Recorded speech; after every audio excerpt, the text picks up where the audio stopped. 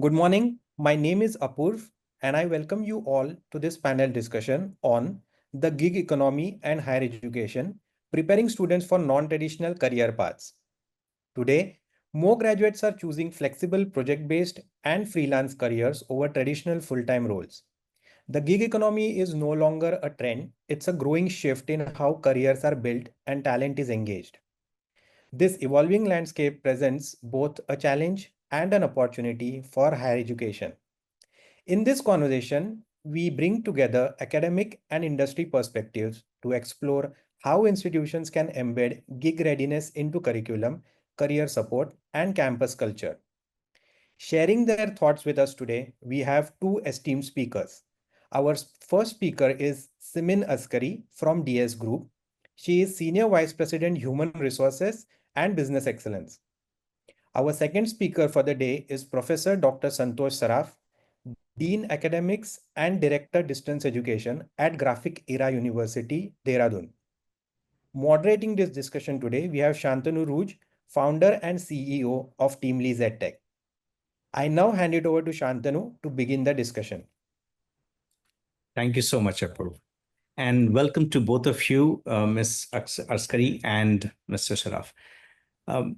Coming directly to the point, ma'am and sir, the world has produced more graduates in the last 30 years than in the 300 years before that. Evidently, the signaling value of a degree from a university has been diminishing over the last so many decades. People tell me that about 61% of the taxi drivers in Korea are graduates today. One of the research reports also says that 61% of the retail checkout clerks in the United States are graduates today. And even in our country, about 50% of the bodyguards are graduates today, which means a graduate job was guaranteed.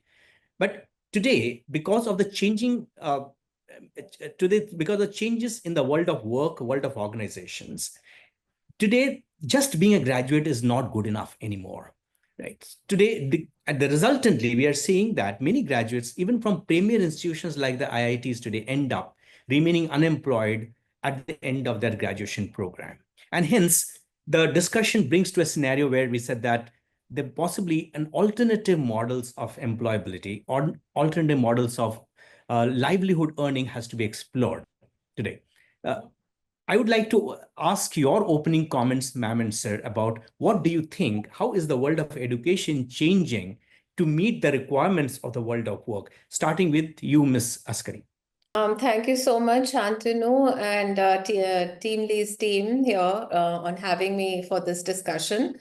It's interesting, these are, I would say these are topics that are so much relevant in today's world, especially because the nature of work itself is changing.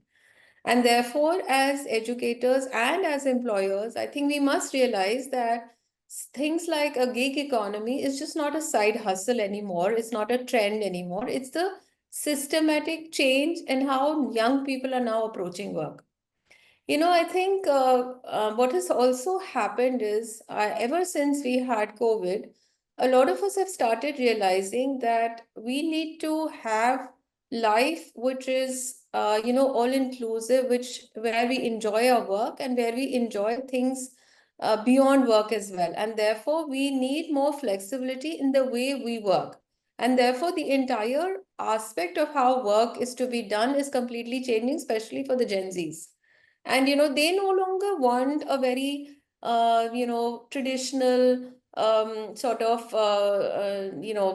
linear, stable sort of a role or a job. They are drawn increasingly towards the idea of flexibility, of autonomy, of a purpose-driven engagement. Today Gen Z, I think, values the appeal of choosing projects that are aligned with personal interest. They would like to work across industries. They would want to have control over one's time and also earnings. And that's the reason why, when they enter into the workforce, they have a more of an entrepreneurial mindset. And therefore, as employers and as educators, we must make sure that we are supporting this, shift in not just the way work is approached, but also the way the work is now going to be going forward. So I think there is a lot that industry as well as academia need to get together and work on this. So well said. You talked about how today's youth, for them, flexibility, autonomy, the purpose-driven work and personal interest alignment is so very important. So well said, ma'am. And I'm going to come back to that. What are your thoughts, Mr. Saraf? How are you seeing this from when you come from the world of universities? Yeah, thank you. Basically, what I have seen is, let me go back when we were students, okay, and the nature of work which was there. So it was assumed that we develop our aptitude to learn things. So there was something called as learnability index, which was very relevant. And then with the I'll talk about the software industry or software services which took over our software industry. Okay, the idea was, can you learn anything within 7 days? And that's where this thing started, that the students had to learn new things and be employable or be deployable, whatever you could call it as. And over a period of time, with as ma'am mentioned, with COVID coming in, the definition of work also changed, and things which were had to be done in an office started. It was possible you could do online. So, but it was again, unfortunately, the manufacturing industry was hit because of COVID, where you need to do some hands-on work. Most of it, whatever happened online, was for people who were doing software development or doing designing using softwares. But then the manufacturing industry actually came to a stop. So what the lessons we have learned, and with the current say the Gen Z, or the millennials, whatever you call them, they have a lot of expectation. And then uh, because of I think so, the maturity level of the students going up, they want to be earning their own and funding their own education, which is the current trend which is happening. So that's where the universities now are. We as you, I feel we were caught unawares because of these things which happened, but then the university is now coming up very fast. We have almost introduced all subjects which don't have practical, have a project-based learning component in it. So what we do is, with NEP coming in, where we allow multiple entry and multiple exit, we have to see that a student who completes 1 year should be employable at some strata in the society. So I think so the university is picking up, and I think so they are already on track. uh, I think so. We are doing well. We are doing well with the incubation and the startup fever catching up. I think so. These things are coming up, and I think that the government is doing a good job by giving a free hand to start incubators in the universities. So we are geared up, but then you need to catch up fast with the Gen Zs. That's what I So feel. interesting to hear two different perspectives of somebody who possibly must be hiring people by the hordes and somebody who's in charge of producing those graduates. But evidently, the world has changed in the last so many decades, right? In a world where Google knows everything, there's no premium to knowing something anymore, right? So learnability, as you rightly said, is valued more than knowledge today, right? And in today's world, I've heard that many employers, ma'am, you may agree, says that even soft skills are valued more than hard skills.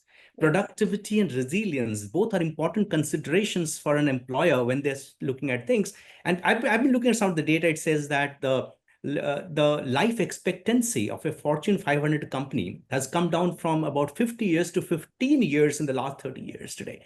I mean, the Fortune 500 list is churning so fast because in today's world, intangibles are valued more than tangible assets. And for example, brand, reputation, culture are so important in today's organizations.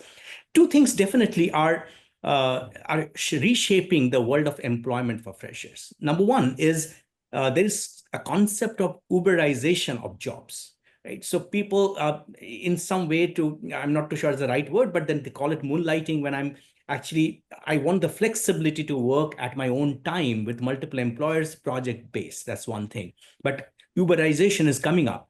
Second thing is also the fact that if India has to actually improve its employment rates, it needs more job creators than job seekers. Absolutely. It needs more entrepreneurs, more micro entrepreneurs. In that context, coming to you, ma'am, is that how do you see the gig economy will shape the expectation of students entering the workforce today? You see, as I said, the expectations of students and especially the young generation now is that they are increasingly drawn towards this the idea of having flexibility, autonomy, and a purpose-driven engagement with whoever is the employer that they're going to be working with. They don't want to go get into a linear growth with one organization. They want to continuously grow. They want to continuously change and look at roles that are interesting and they're aligned with their personal interests.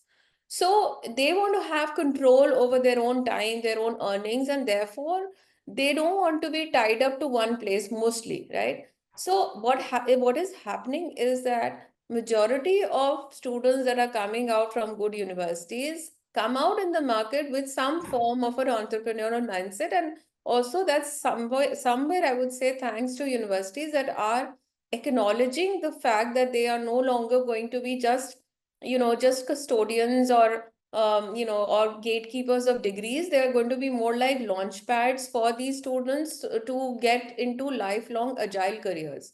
And therefore that means that they need to prepare students to not just get jobs but also to create one.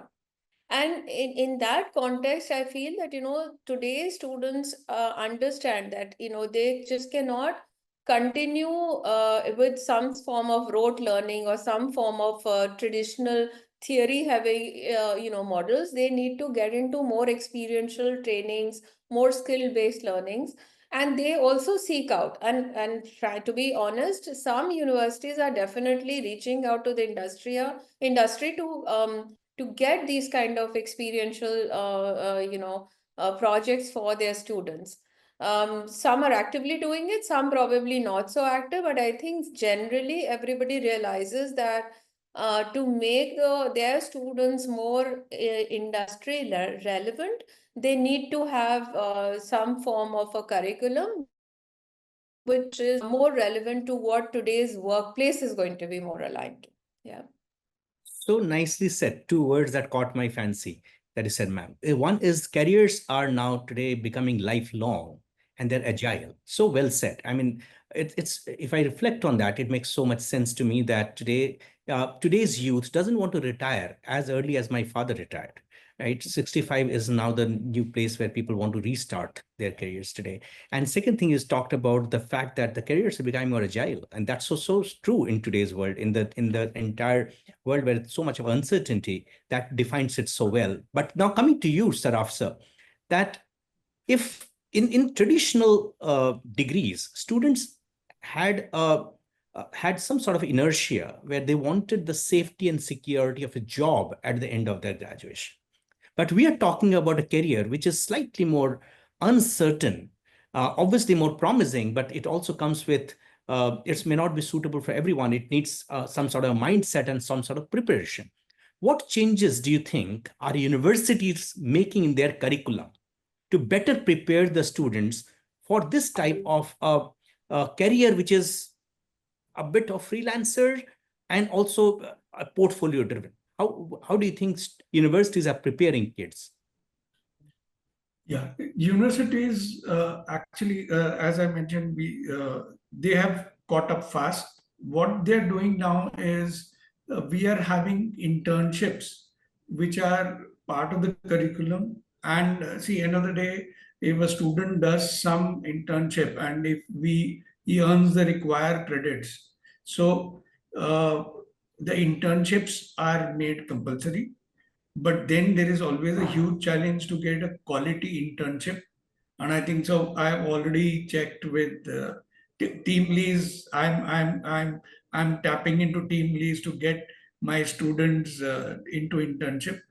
But then the academic curriculum, which is now we have to be having, say, so many hours of engagement. Now, per credit hour is 15 hours. So, uh, if I'm looking at a 16-week engagement with a student and sitting in the classroom, now this is where the universities are changing, and a revolutionary change is happening where we are reducing the actual contact hours, and we're trying to see that the students get onto the ground and get their hands dirty, and the reinforcement of the learning happens.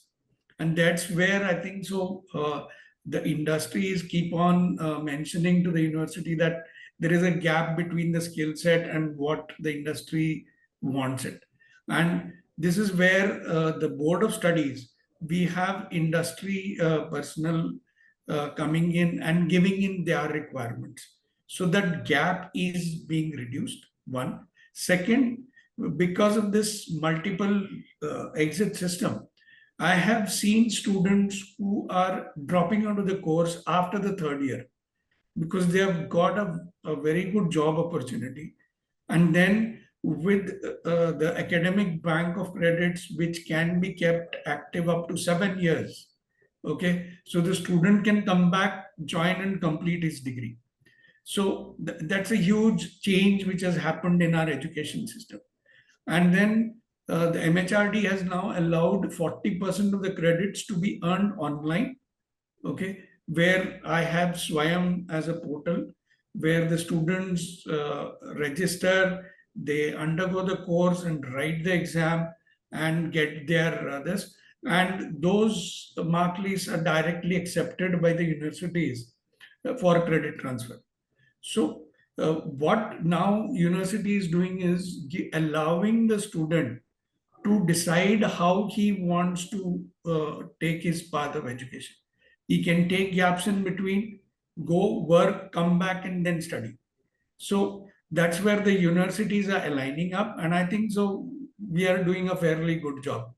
Only thing is there are some functional issues where student should get a degree from one university. Now, which university will he get is being worked out. So we are on track. We are on track. Yeah.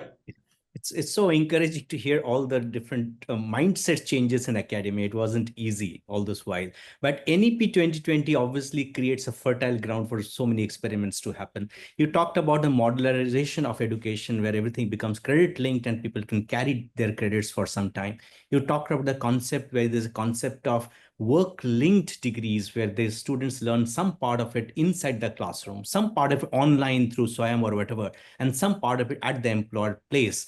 And a combination of them definitely brings more promise than what a traditional one single classroom format brings. Thank you so much, sir, for that. Coming to you, ma'am, so Mr. Saraf was talking about the changes that universities are making, both in terms of structure, pedagogy, curriculum. But from your perspective, from the industry perspective, uh, what skill sets or what type of mindset makes a student gig ready? So, I mean, do you think a traditional degree is enough or even necessary for somebody to join the gig workforce? What's your opinion, or it's an industry opinion? So if you ask me, are traditional degrees enough? I would say not anymore, at least not on their own, Degrees definitely are still valuable because they are a foundation, but today, employers like us, for us, what matters is not just what they know, but also how quickly they learn and unlearn and apply and evolve, Today, we are looking for evidences of agility. We look for evidences of creativity, of real world problem solving. For us, it's not enough that you have a degree, but you need to have certain critical, like you said, skill sets, Now, certain skill sets that come to my mind, and that's how normally, when we are looking at young talent, is specifically if these skill sets, for example, like critical thinking, like problem solving, like digital proficiency. I think that's very, very important. Living in a digital world, that is extremely important to have digital proficiency, and also to be able to, for example, communicate well, to be able to manage workloads well, to be able to work and collaborate with teams, because it's no longer a individualistic sort of an environment in organizations. There are teams mostly that are in place, and frankly, a lot of times we see youngsters that are joining in lack those basic soft skills that are required to work in teams. So, for me, the aptitude and the attitude matter. It's the degrees are of course required, because to enter any workplace you need to have certain knowledge that will come only if you're acquiring that degree. But the other aspects, which are the softer skills that are there, I think that is extremely important. What is also important is, not just one, full-fledged degree, but you need to have certain micro credentials and certifications that you need to continuously do in order to validate what kind of skill sets you're bringing to the table. So all of that put together, I think, that's what organizations and employers look at. And I am sure, from what I hear Professor Saraf say, I'm sure the universities are also listening, and that's why there is a change in the way education is also being delivered and, consumed by students now. Thank you so much, ma'am. And let's reconfirm from Professor Saraf whether that's true. Professor Saraf, what ma'am is definitely saying is that degrees are necessary but not sufficient for ensuring a career for a kid. That's established. And I've heard several such senior HR professionals saying that many times. But the second thing that she said, if you hear the last 1.5 minutes that she's been speaking, for at least 1 minute 20 seconds, she spoke about the importance of soft skills. All the examples that she talked about, problem solving, critical thinking, or teamwork, all of these things are in the realm of soft skills. Now, my question to you is that I'm sure all universities know this, because and even in internal conferences of universities, this has been spoken about. But from a university's perspective, is training on soft skills an important part of this entire training process, or is it a sidekick done by the TPO office over 2 or 3 sessions? Is it a part of the curriculum? Is there credits assigned to soft skills? Is it being practiced? Is it being monitored? Is it being measured? Is there a sustained effort? Because that's what the industry has to say. Yeah, I think so. The universities are warming up, one. Second, now it is part of the credit, this where we do have these personality development programs which happen to the students, and it is every semester. It is part of the regular curriculum where the students are tested for, or basically trained and then tested for their ability to communicate their ideas. Now, usually, what we have seen is, with the diversity which we have, and the language diversity, and the students coming from various strata, what we have seen is, the language might, again, English becomes a major this. With language, you might impress to start with, but then the depth of knowledge and the way you want to communicate always stands apart. So we are, the universities have a very tough job. I'll tell you, because when the recruiter comes in, he feels that people can speak, okay, but then we have seen some students who never got placed in these big companies have gone and done a fabulous job in startups, where the startups would require you to work on, say, the drawing board, I have many cases which I have seen where the student was not picked up in those day one and day two placement things which happen. But then the students who were picked up later, they had their technical skills in place, but the communication skill was weak. But then once they sit and communicate with people who know technology, then that is where the difference comes in. So the universities are doing a lot of effort to see that everyone becomes a communicator, which is a tough ask. But then what we have seen is it's a tough this where uh, say I can give you in terms of percentage where say almost people who come in 60% end up becoming good communicators. The other 40%, many times we have seen they would be good at their language and their storytelling, but then it might not be an employable skill set for him. But then, yes, people who are good at communication usually end up getting jobs. And regarding the degree, if I may, this again, universities now, the recent UGC, this which has come up where they've put everything flexible. They are saying that you get the credits, the subjects, and we will see how we can put it under a degree if it has to be given as a degree. Okay, so UGC is really getting into a revolution of late. They are saying that you study the best subject which you want. We will see how we can integrate and award you a degree. So those things are being proposed. And as Madam said, uh, the communication skill becomes really important for an industry because they need to have a teamwork and good communication. So yes, ma'am, we are on it. And I think so 60% students are really becoming good communicators. Sir, tell me, do you offer credits for papers or for subjects which are soft skill oriented? Are these being done as a core part of the graduation program? Yes, sir. Yes, sir. We every semester we have 2 credits allocated for personality development. And again, NEP has changed that.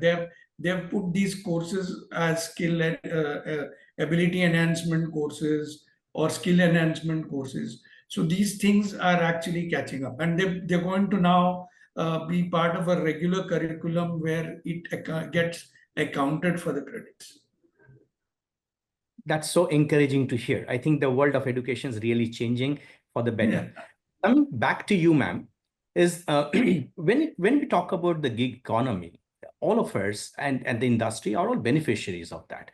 We look at, we have various types of people who work for us, people who are our core employees, people who are possibly on third-party payrolls, who are contract employees. We also have apprentices, and we also have people who are gig workers who work with us on a project-by-project basis.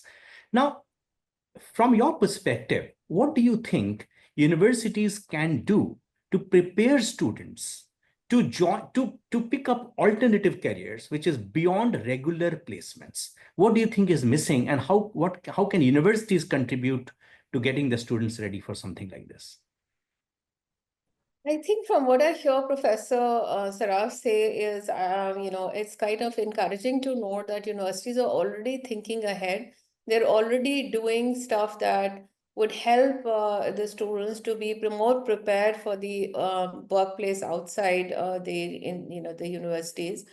A lot of organizations, universities that I have sort of interacted with have specific programs also. For example, I understand, for example, Ashoka University has some sort of an experiential learning module and live action projects. Some institute in Delhi that I work closely with has very deep mentorship programs that it connect students with industry leaders right throughout their MBA programs. And they work actively on not just improving the way a student looks at for jobs, but also start building their personal brands. So, certain things like that are going to be helpful. So, from an industry standpoint, I feel universities can complement their theoretical, way of teaching with certain new age things like, for example, introducing micro-credential programs, where students can go and acquire short-term, certifications, degrees to enhance and to also complement whatever they are learning today. This will only going to help them. Also, tying up with the industry and getting real live, business problems, real-time business problems for them to work upon is going to definitely help. Somewhere I feel alumni networks in universities also play a critical role. Former students can be engaged, and these are, generally helpful in building some sort of mentorship pipelines for the students. Also I feel somewhere, we do have job fairs, conventional job fairs that happen in institutions, but maybe universities can start organizing some sort of consulting hackathons where startups or small businesses can pitch their real challenges for students to solve, and also to simulate the freelance experience and offer some form of real exposure to the students. This is only going to help them in becoming more equipped to get on in the real world, and while they're getting onto their next roles as employees somewhere, or maybe as an entrepreneur in the future. So many nice ideas. I'm sure Professor Saraf is taking notes of those ideas that you're putting through. That's good. Hackathons by startups is such a lovely idea. I mean, it actually gives those startups a platform to speak about their models, but at the same time, it gives students a new perspective of the challenges and problems in the real world. So well said. Coming to you, Professor Saraf, the way we understand education is that every school, college, or university is as good as its teachers. Now, in the changing world of education, changing world of work, and as the changing world of universities, how are universities ensuring that your professors, your teachers, and your faculty are keeping themselves updated with the new world of work? I mean, the new expectations of the employers. How are you ensuring that teachers are well trained, well educated, well experienced, so that they can get the students ready? What are universities doing in that area? Yeah, I can tell you of some initiatives which I have started. See, usually the curriculum or the syllabus has, say, 5 units. So what we do is one of the units is completely handled by an industry person. And what we do is we actually tap into the alumni. This is where the alumni connect also happens for us. The one of the units is completely handled by the alumni working in the industry, and the faculty here who is handling the subject will be part. They will basically take the other side. They sit on the other side and find out how the subject is relevant to the industry and how it is being handled. As I mentioned earlier, our board of studies also have industry people as members where they give inputs. So this is one initiative. The second initiative which we have started is we ask faculty to go in and work in industry for a semester. So it is a part of our policy where we encourage faculty to go and get themselves, say, or basically dirty hands in a different way, go to an industry and find out what is happening to their whatever their students are, what are they doing. So you can say faculties go and intern themselves into the industry, and what we have seen is once they come back, the way they articulate and the way they conduct the subject changes completely. So this is a huge change which is happening in the industry side, where we have been, like the industry keeps on telling us about the gap. So we are trying to bridge that gap. And then again, the professor of practice, which is in place by UGC, where people who are working in the industry, they come to the university, stay in the university and engage with students and faculty, is making a huge difference, because they are the people who will tell you what is happening in the industry. So all said and done, things are moving in the right way, where that gap is narrowing down. And one more point which Madam said about micro credentials. Madam, for your information, 40% of your credits can be earned through Swayam. And all this is happening because I do have that examination thing which comes in between. Okay, so Coursera and all these online edtech platforms came into I think so focus when COVID came in. So now we are a full-fledged subscriber of Coursera, where we give unlimited access to students to go and earn Coursera certifications.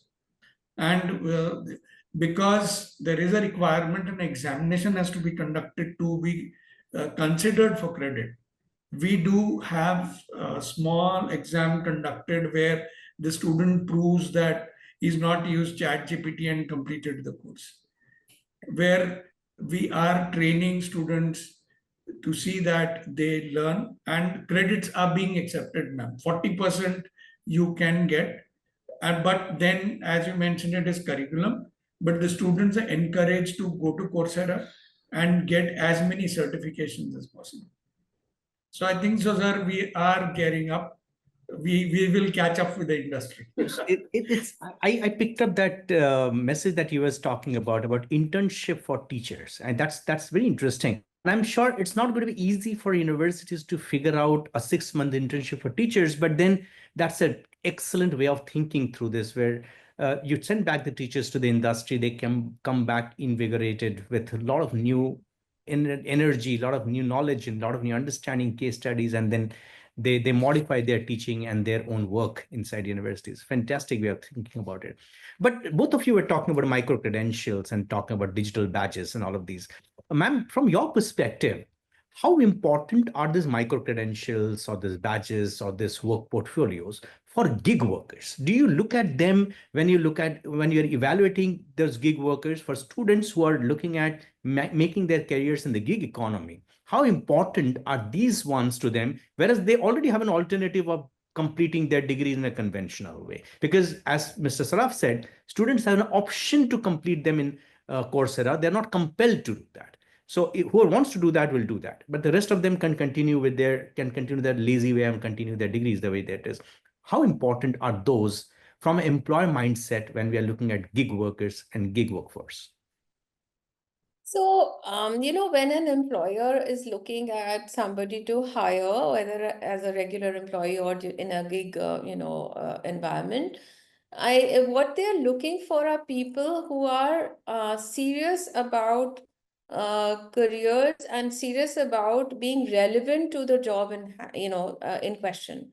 I think micro credentials and digital badges only provide a tangible proof of the specific skills that people have acquired, whether they are through real world projects, through online courses, or even through freelance engagements. And these digital artifacts actually offer employers some form of a clearer perspective on what a student can do beyond just the completion of a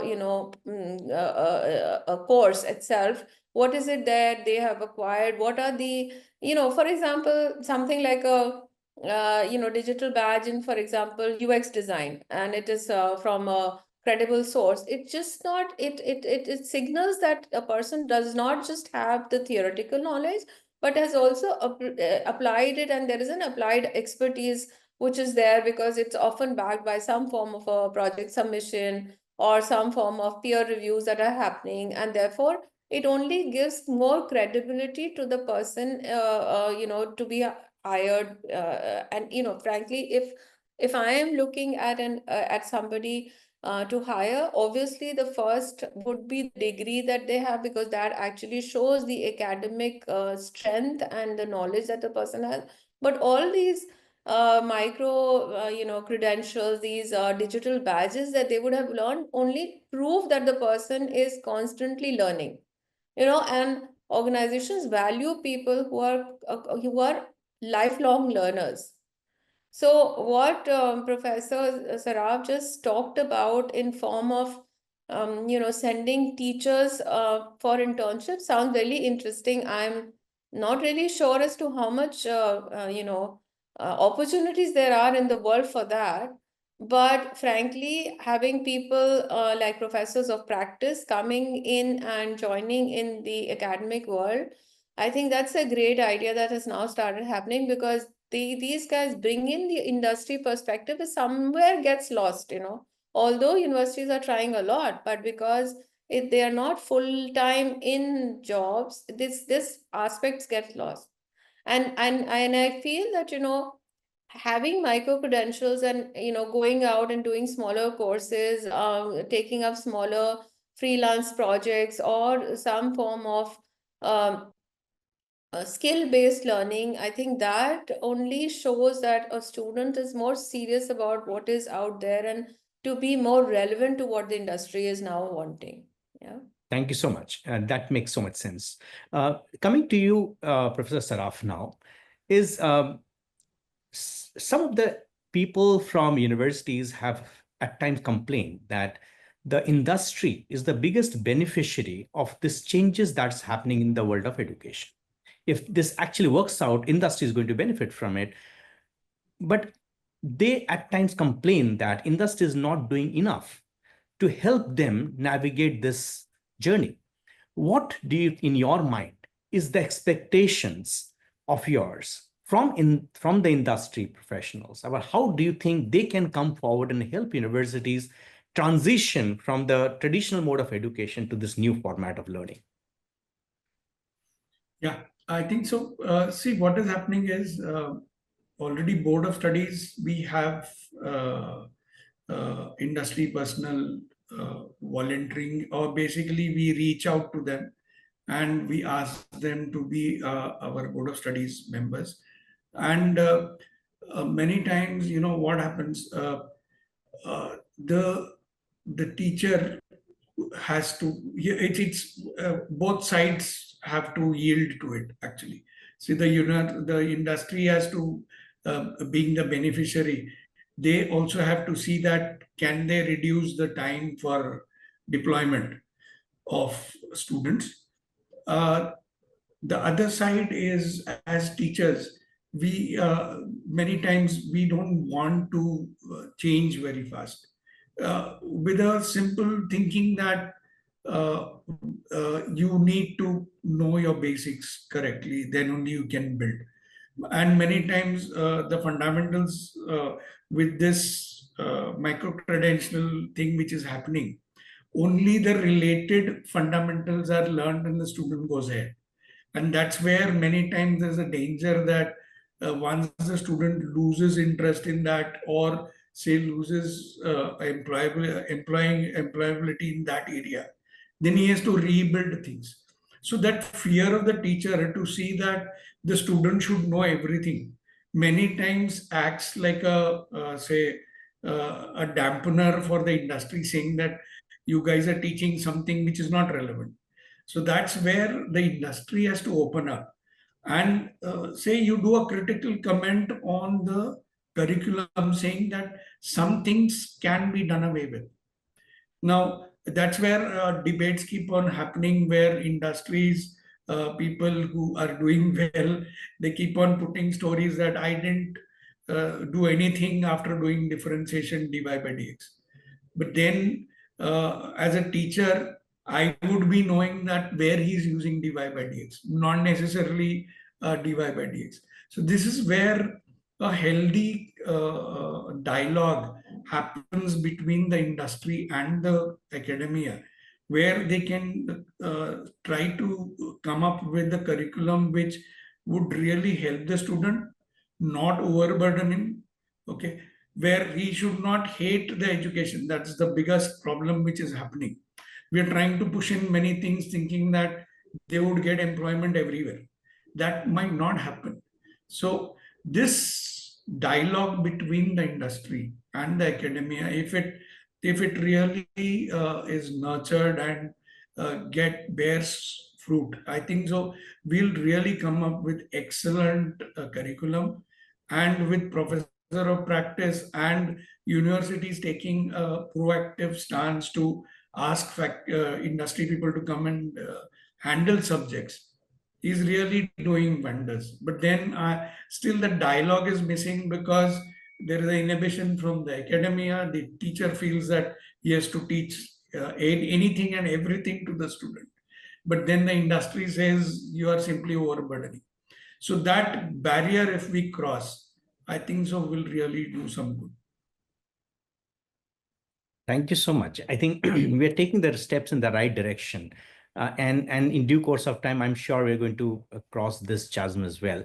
My last question to you, ma'am, is you lead the HR function of a large group, and you have seen, I'm sure you studied and seen many different models of industry academia partnerships, which have actually given good results.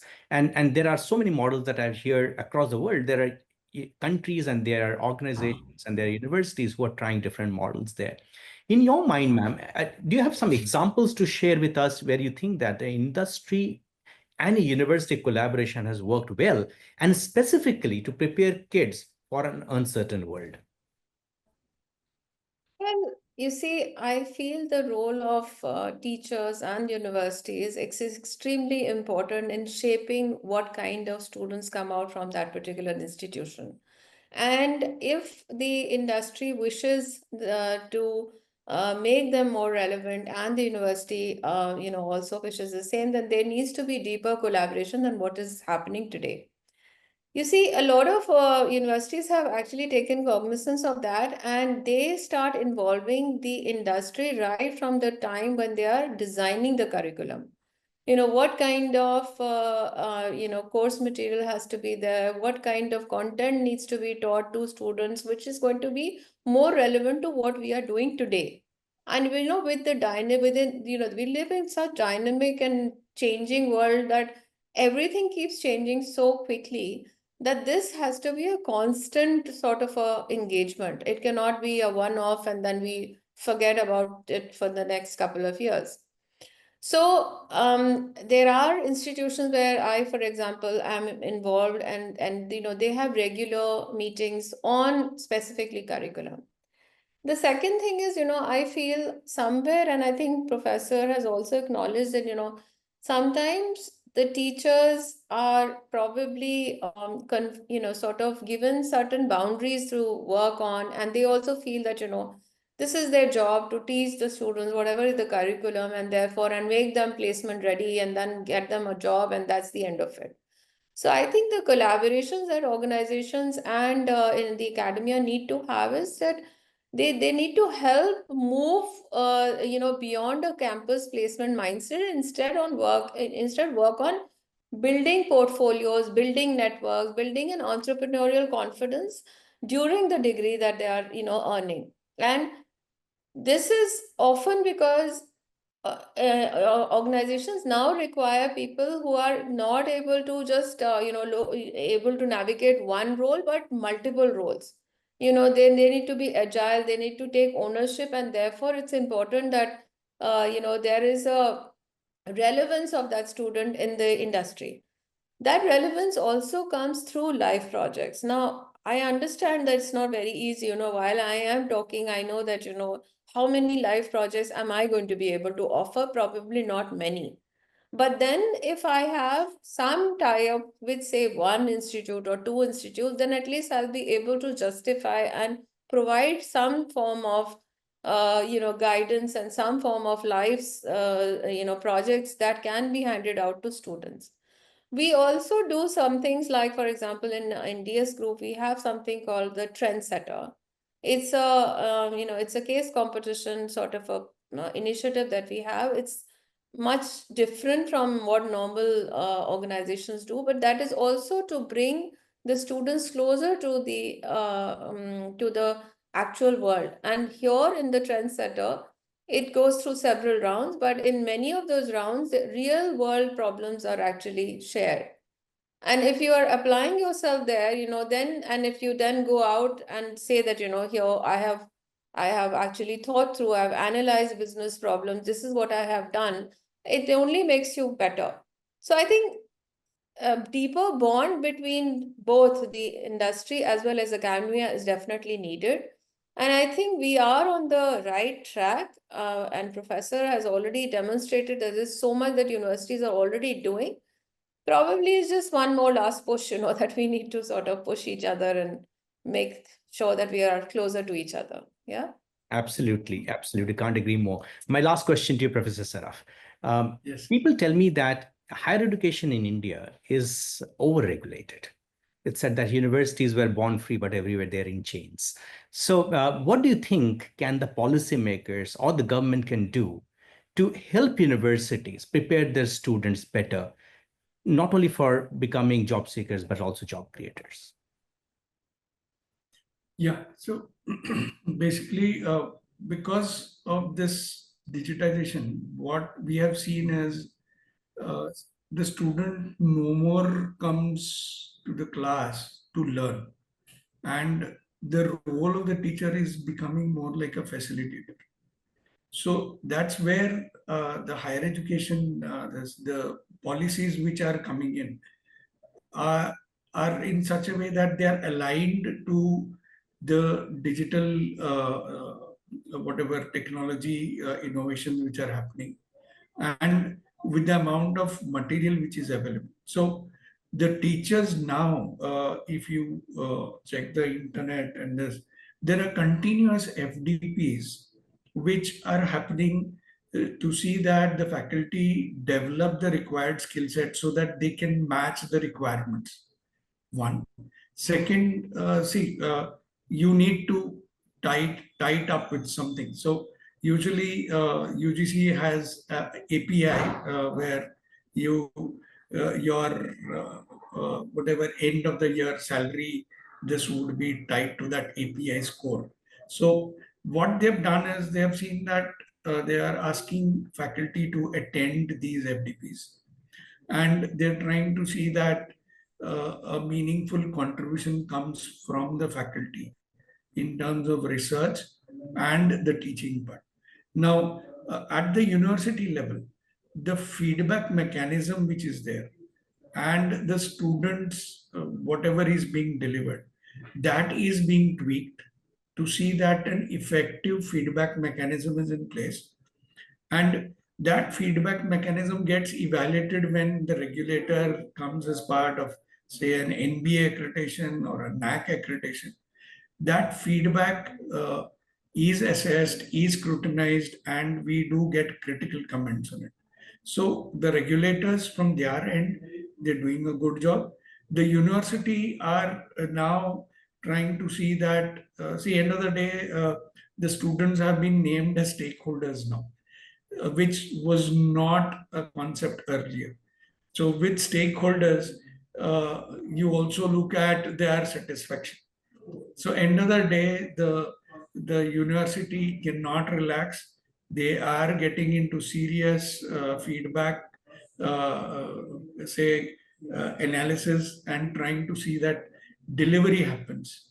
Okay, so I think so. The framework is in place.